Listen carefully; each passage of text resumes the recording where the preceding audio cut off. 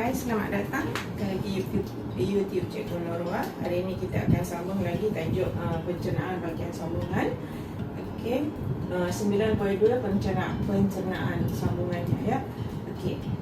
Hari itu kita dah belajar struktur organ pencernaan. Hari ini kita akan belajar apa yang ada di dalam organ pencernaan, apa proses yang berlaku di dalam organ pencernaan. Okey.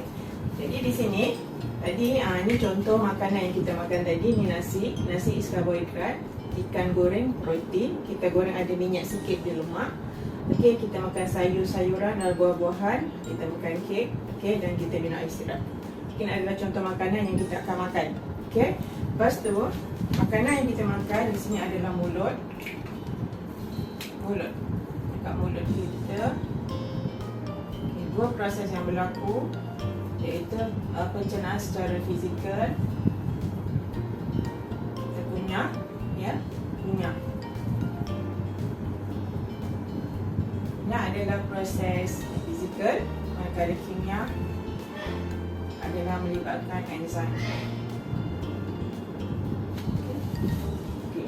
Contoh kita makan di sini masuk dalam mulut, selepas kita kunyah masuk dalam mulut, jadi dalam mulut kita ada enzim amylase.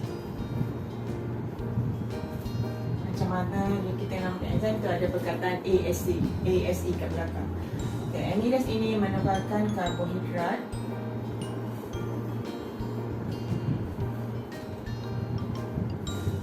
karbohidrat kepada maltosa.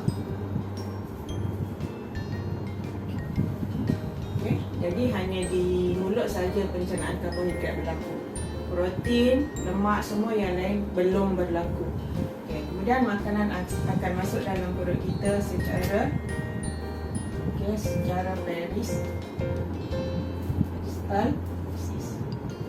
peristalsis ialah pengembangan dan pengejukan otot keliling, ya. Macam ini otot kita. So ini bila ada makanan, dia akan mengembang macam tu.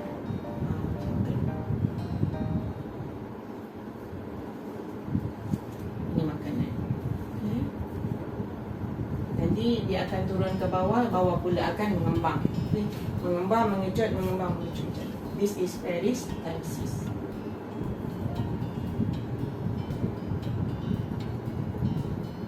Pengaluran dan pengejutan otot keliling dan otot menggujur. Okey. Dan makanan akan masuk dalam perut selama 4 jam. Ini P is perut. Okey. Apa yang ada dalam perut adalah 3 bahan penting. Ini adalah asid hidroklorik. Okey. Asid hidroklorik ada 3 fungsi dia. Okey. 1, membunuh bakteria.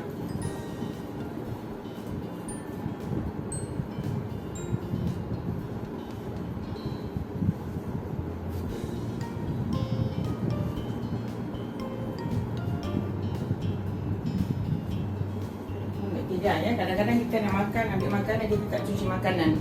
Tak cuci tangan. Bila kita tak cuci tangan, kemungkinan makanan bakteria tu ada dalam tangan kita, dia akan masuk dalam mulut. So, kalau setakat sikit-sikit, bakteria tu boleh, asid hidroklorik boleh membunuh bakteria.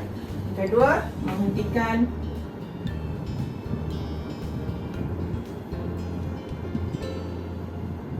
tindakan enzim amylase.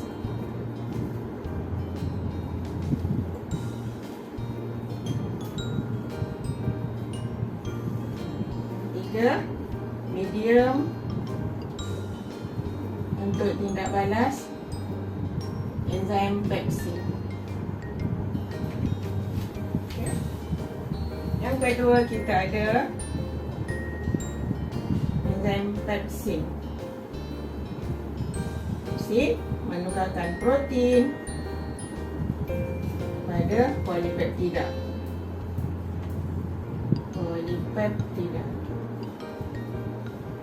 PP. Perut ada protein, perut ada pepsin menindakbalaskan protein. Okay. Nah, yang ketiga kita ada enzim renin.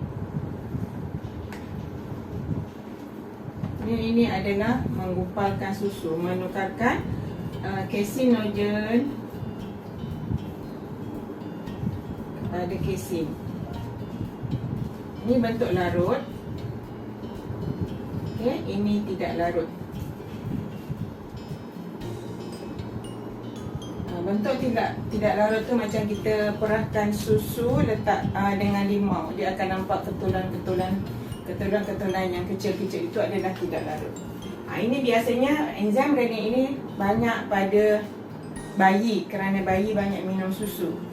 Jadi enzim ini benda yang sentiasa berubah ikut persekitaran. Jadi bila baby minum susu, dia akan muntah. Apa bau susu tu? Masam, dan kita akan nampak ketulan-ketulan yang halus. Itu kerana dia sudah ditindakbalaskan dengan enzim renin. Dan bau dia pun masam. Ya, okey. Ini adalah 3 benda yang ada dalam perut. Asid hidroklorik membunuh bakteria. 1, menghentikan tindakan enzim amylase. Ketiga, medium untuk tindak balas pepsin. Pepsin ini hanya boleh bertindak kalau persekitaran dia adalah berasid.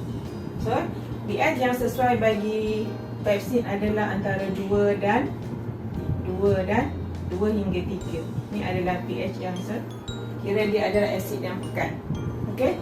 Di sini ada cair kelenjar jus gester, mengeluarkan jus gester. Jus gester ini kalau dia dia bersifat asid, kalau dia berlebihan dia boleh menghakis kita punya dinding perut. Inilah yang menyebabkan gastrik. Maksud gastrik ini bila jus ini keluar berlebihan dan tidak ada makanan yang diproses dalam perut kita, so dia akan menghakis dinding-dinding dalam kita, dinding-dinding dalam perut kita. Itulah penyebab kepada gastrik. Okey. Yang kedua, bila makanan sudah keluar 4 jam di sini dalam bentuk apa? Dalam bentuk chyme. Ya, makanan yang keluar ini ada untuk pencerut ya. Untuk pencerut sini makanan akan keluar dalam bentuk chyme. Chyme. K-I-M-E. Cikgu sebut chyme, okey? C-H-Y-M-E. Bahasa Inggeris dia C-H-Y-M-E. Chyme. Okay. So, makanan akan keluar selepas 4 jam, akan berada di dalam usus kecil. Okay, dalam usus kecil di sini ada hati, betul? Hati. Hati, dekat hati ada bahagian ini pundi empedu.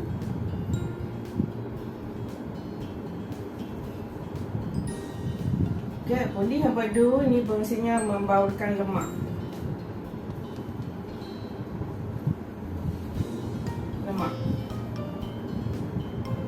Lemak, kalau kita tengok atas dalam air, dia akan bentuk gumpalan macam ni kan. Okay. So bila tindakan pundi empedu ni, dia pH-nya alkali, ya, alkali. Okay, bersifat alkali. So dia akan menukarkan lemak tadi kepada titisan-titisan yang kecil. Okay. Maksudnya di sini protein sudah dicerna, di sini karbohidrat sudah dicerna, sebahagiannya ada lagi yang belum, nanti akan masuk ke dalam sini seterusnya. Okey, makanan keluar di sini. So pundi empedu ni akan keluarkan jus dia di sini ya. Dia tak adalah makanan tu masuk dalam kita punya hati, tidak. Okey, di sini sudah ada, maksudnya sini lemak dalam bentuk titisan. Protein sudah ada dalam bentuk polipeptida. Karbohidrat sebagainya dalam bentuk maltosa. So makanan akan masuk ke dalam sini seterusnya secara peristalsis. Okey, ini adalah pankreas. Pankreas akan meriliskan jus pankreatik ya, jus pankreas. Okey, ada 3 jus pankreas di sini. 1, ada jus enzim tripsin. Okey, tripsin menukarkan polipeptida ni. Tripsin ni untuk protein ya, tindak atas protein. So dia akan menukarkan yang tidak selesai tadi dekat sini, polipeptida.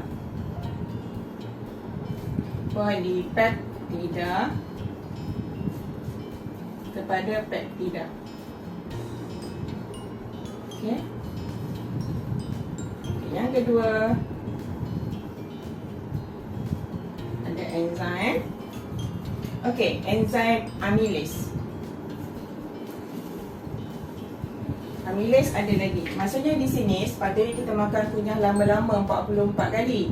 Tapi kita kunyah 4 kali, 14 kali. So, ada baki karbohidrat yang tidak dicerna lagi akan dicernakan di bahagian jus pankreas ini, iaitu enzim amylase menukarkan karbohidrat. Cikgu tulis K saja ya, kepada maltose. Okey. Dan yang ketiga adalah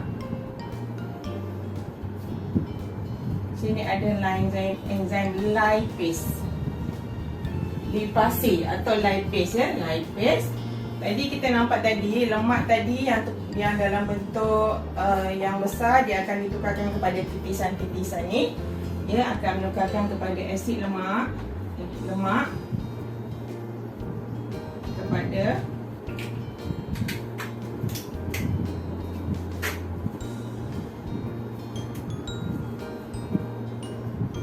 asid lemak dan glycerol.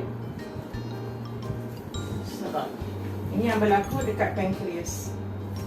Okey. Seterusnya makanan akan turun ke bawah sini lagi. Juga secara peristalsis berada di dalam usus. Okey. Usus kecil. Sepanjang sini berlaku tindak balas yang terakhir, iaitu ada beberapa enzim yang awak perlu tahu. Enzimnya erepsin. Okey, erepsin. Dua, maltase. Tiga, sucrase. Dan lactase. Okey. Ini 4 enzim yang ada dalam usus kecil. Okey, enzim ini erepsin. Kalau yang ada perkataan sin, biasanya dia bertindak ke atas protein. Pepsin, protein. Trypsin, bertindak ke atas protein. So, jadi di sini erepsin maksudnya dia bertindak ke atas protein. Yang ada di sini apa? Peptida. Okey. Jadi di sini kita ambil yang daripada pankreas tadi, sudah jadi ikatan yang kecil. Protein ni besar, polipeptide ni panjang, peptide ni macam tu, lebih pendek sikit lah. So, jadi di sini kita akan ambil peptida akan ditukar kepada asid amino. Enzim erepsin, enzim yang pertama. Enzim yang kedua, okey. Kita tahu karbohidrat ada maltosa, sukrosa and laktosa. So, kita tak tahu apa makanan yang kita makan tu adakah dari sumber maltosa ataupun sukrosa ataupun daripada laktosa. So, kita anggapkan di sini mana-mana itu boleh berlaku di sini.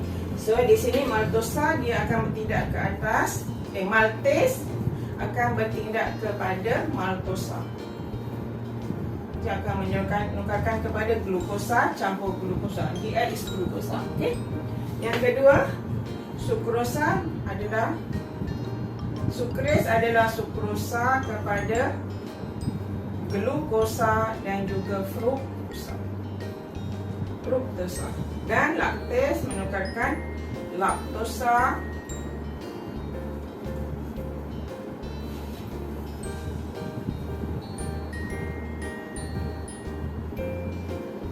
pada glukosa dan galaktosa.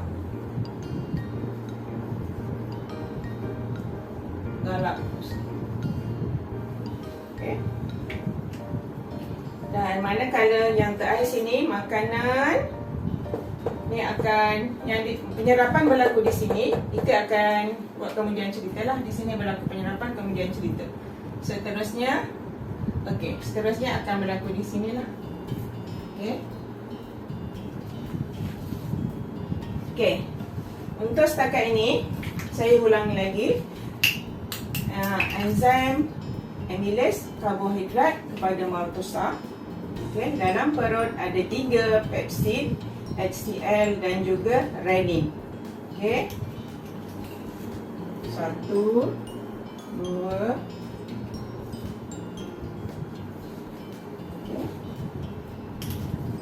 Okay, dalam pankreas ada jus, yang jusnya akan keluar ke sini. Makanan tak masuk dalam jus pankreas. Makanan hanya masuk dalam perut. Makanan tidak masuk dalam pankreas, tak masuk dalam hati. Cecair jusnya akan dikeluarkan ke bahagian usus kecil. Okey. Dan jus pankreas ada 3, tripsin, amylase dan juga lipase. Okay, makanan akan terus secara peristalsis masuk ke dalam usus kecil. 4 enzim ni, okey. 4 enzim ini akan bertindak menjadikan makanan yang lebih ringkas. Selepas ini berlaku penyerapan. Okey, ya. Okey, itu saja untuk hari ini. Nanti kita sambung lagi.